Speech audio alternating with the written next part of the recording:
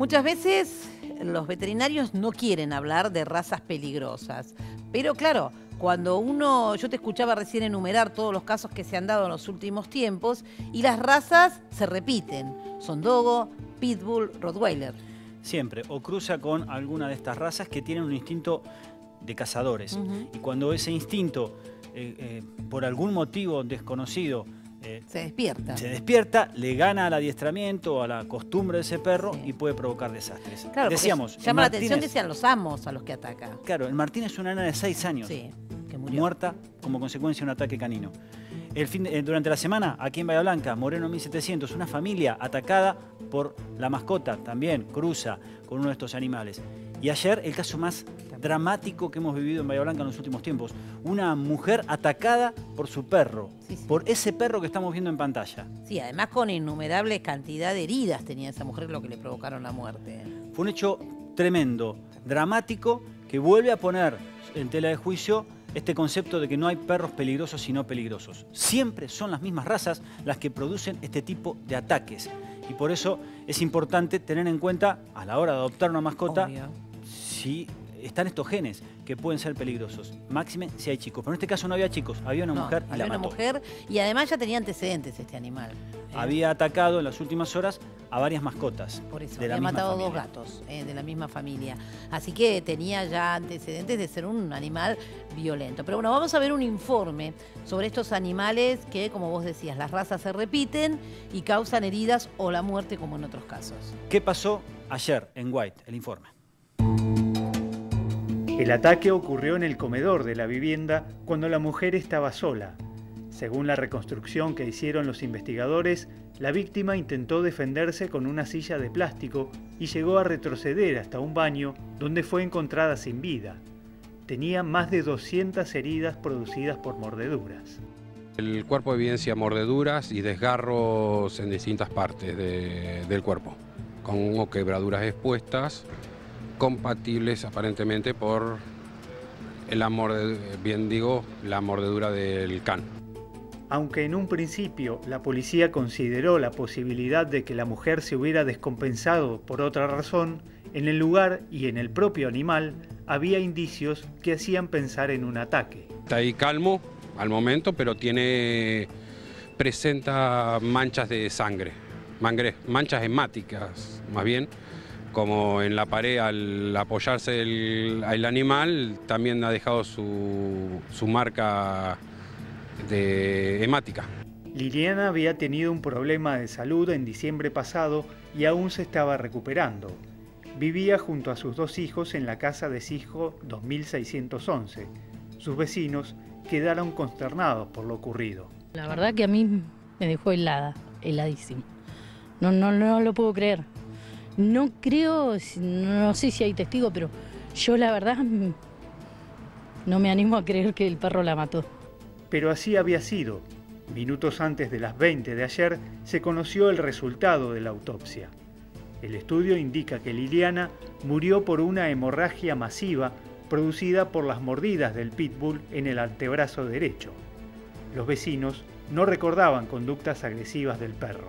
Nunca se les escapó y yo siempre he venido, cuando la llamo, nunca, nada. El perro muy bueno, no sé qué fue lo que pasó, no sé. Sin embargo, se supo que anteriormente el animal había matado a 2 gatos de la misma familia. Fue el antecedente de una tragedia que envuelve de luto a una familia y vuelve a plantear preguntas sobre la tenencia de perros de determinadas razas.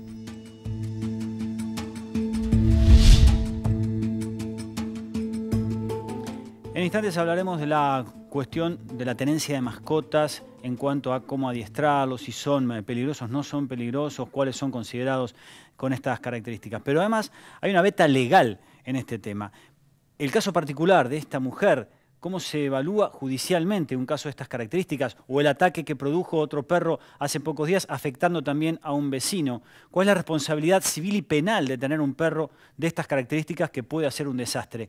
Con la información en el móvil está Matías Aguirre. Matías, vamos a tratar de ampliar un poquito más este tema para desglosar un poco la cuestión legal en torno a los ataques caninos. ¿Cómo estás? Agustín, buenas tardes. Y exactamente, lo primero que hay que decir es que existe una ley, que hay una ley que regula justamente la tenencia de los animales y el comportamiento y las consecuencias del comportamiento de este tipo de perros, por ejemplo, que hemos tenido 2 casos en tan solo una semana aquí en Bahía Blanca, el de ayer lamentablemente trágico. Estamos en la Fiscalía General. Estamos con el doctor Santiago Garrido, a quien le vamos a consultar obviamente sobre este tema. Bueno, doctor Garrido, gracias por estos minutos. Hay una ley justamente para trabajar con el tema de la tenencia de perros. ¿Qué dice esa ley? ¿Qué responsabilidad tienen los dueños? Bueno, es muy importante recordarle a todas aquellas personas que tienen bajo su responsabilidad este tipo de animales como Rottweiler, como Pitbull, como Doberman, como dogos, que bueno, últimamente se han visto involucrados en algunos hechos lamentables, que bueno, que hay una ley que regula la tenencia de animales potencialmente peligrosos.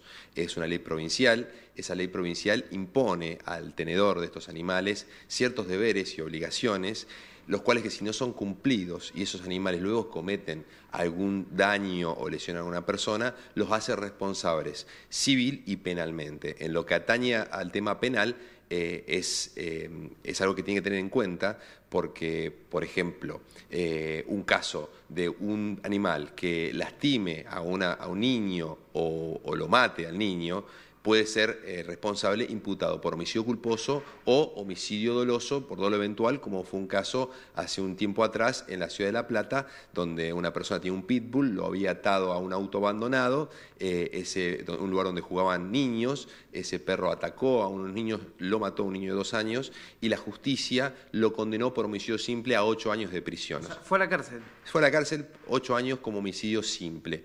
Bueno, acá en Bahía Blanca no tenemos antecedentes de este tipo, pero sí por lesiones culposas, y en el caso que se produzca un deceso fatal, pueden ser imputados por homicidio culposo, ¿no? Porque acá hay una violación del deber de cuidado generalmente por parte del responsable que no toma las medidas necesarias y previstas en la ley para evitar que estos animales que son peligrosos terminen de alguna manera lesionando a terceros. En el caso de ayer fue trágico, pero hay que tener en cuenta que la víctima lamentablemente era dueña del perro. En el caso del principio de semanas, con el dogo involucrado, ahí sí había terceros, digamos, ¿se manejan de distinta manera los hechos?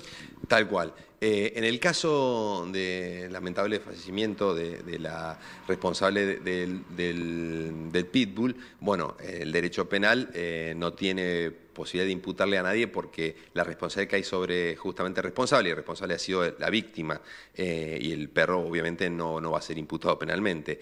Pero diferente es el caso del dogo, que no solamente lesionó a los responsables, sino que luego ganó la calle y lesionó una transeúnte. Luego también fue ajusticiado por un miembro de la Fuerza de Seguridad que con su arma reglamentaria, para evitar un mal mayor, lo termina matando. Hubo muchas consultas respecto sobre también esta posibilidad que tuvo esta persona de no haber efectuado un disparo letal y haber tratado de evitar que el perro ataque sin matarlo, pero bueno, lo cierto es que por las circunstancias del caso, si bien esta es materia de investigación, vemos que hubo una legítima defensa de un tercero. Ese caso, bueno, se está investigando respecto a la responsabilidad del dueño del perro respecto a la tercera persona, el transeúnte que transitaba por la calle y resultó con lesiones de consideración.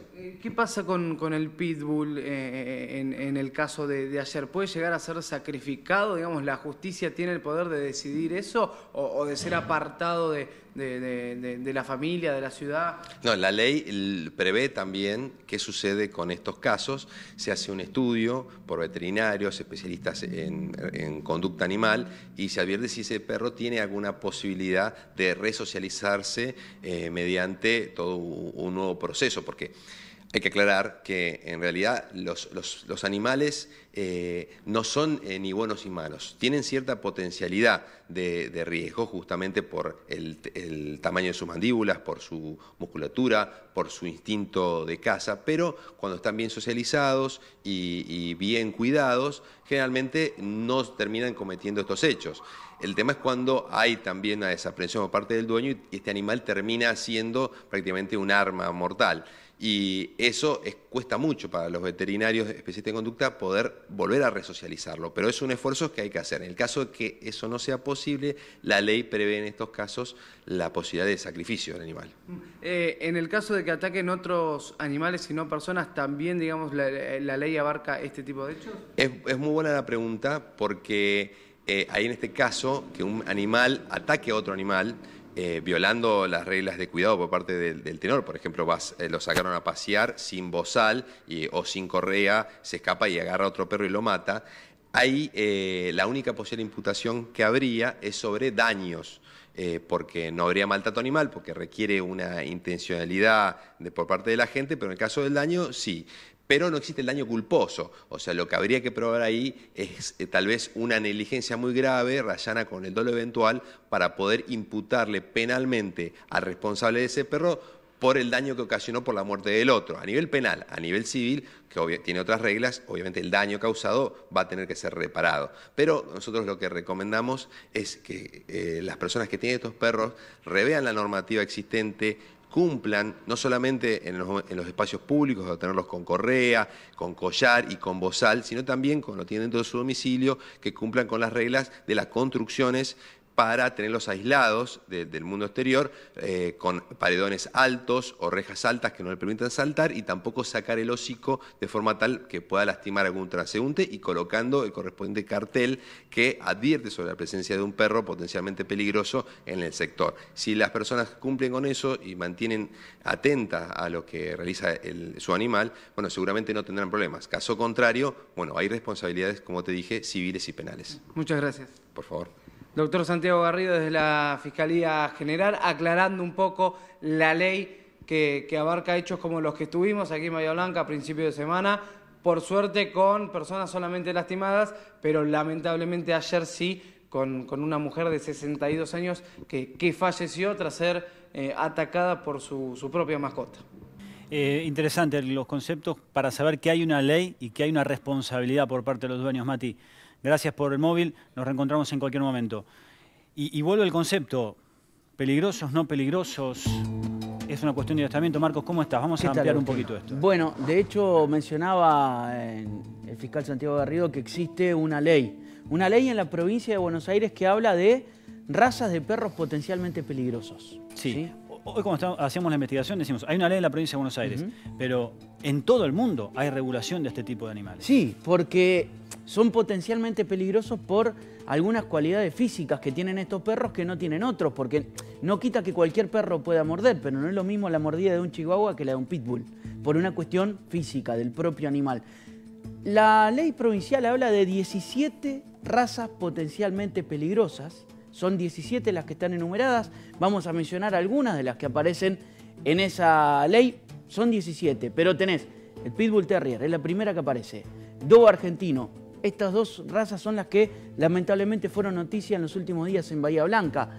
El Doberman, el Rottweiler, bueno, y otros tantos más. Son en total 17 razas. Pero además de mencionar las razas potencialmente peligrosas, también habla de cualidades que pueden tener otros perros que no sean de estas razas, pero que también pueden ser considerados potencialmente peligrosos. Y son aquellos que tienen gran musculatura, que tienen mandíbula grande, una cabeza voluminosa y cuello corto, eso le permite tener mucha fuerza a la hora de morder, y que pesen más de 20 kilos. Acá habla la ley, por ejemplo, de cruzas, de otras razas con las razas anteriormente mencionadas. De hecho, el perro que protagonizó el ataque en la semana en calle Moreno 1700 era cruza con gran danés, que reúne todas, aunque no es una raza peligrosa, reúne todas estas condiciones. Claro, bueno, de hecho el gran danés es otra de las 17. Nosotros mencionamos algunas, son 17, aparece el mastín napolitano, aparece el dogo de Burdeos, bueno, aparecen muchas otras razas.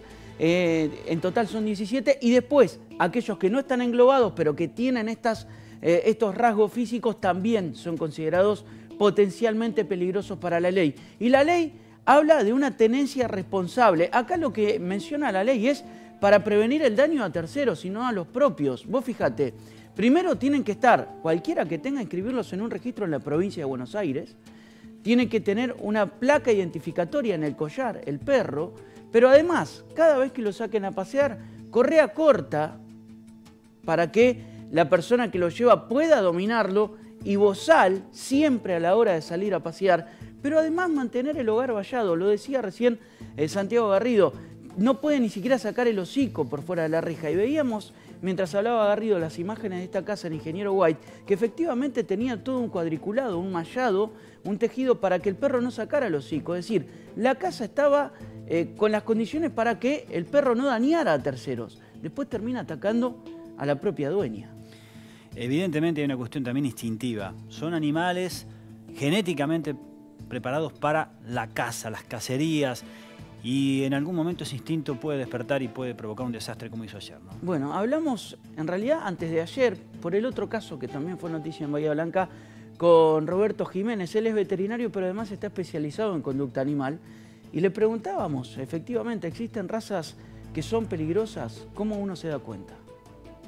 Discutir que eso es una cuestión de razas es como si hablamos de accidentes de tránsito y nos ponemos a decir cómo chocan los Gordini o los Ditela, yo para ser el moderno con las marcas, y realmente es una variable que tiene impacto en algunas cosas que no son todas. Obviamente que la mordida de un perro grande va a ser muchísimo más importante que la mordida de un canichito. Nosotros no estamos de acuerdo, los etólogos, con respecto a la clasificación de razas entre peligrosas y no peligrosas. Lo que sí es peligroso es la forma en la que los manejamos, sobre todo la forma en que lo criamos. El primer periodo de vida de los cachorros, los primeros 3 meses, es una etapa muy sensible que es donde adquieren un montón de cualidades que le van a servir en la vida adulta, entre ellos la llamada inhibición de la mordida.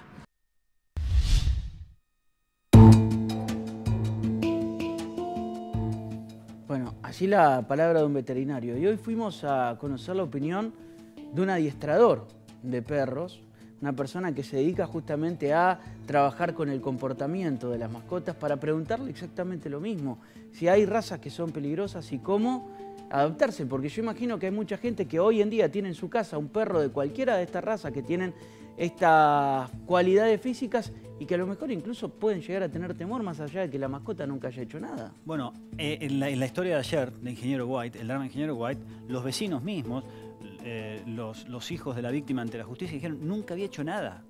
Era un perro muy tranquilo, pero por algún motivo dejó de estar tranquilo, se despertó el instinto y mató al amo.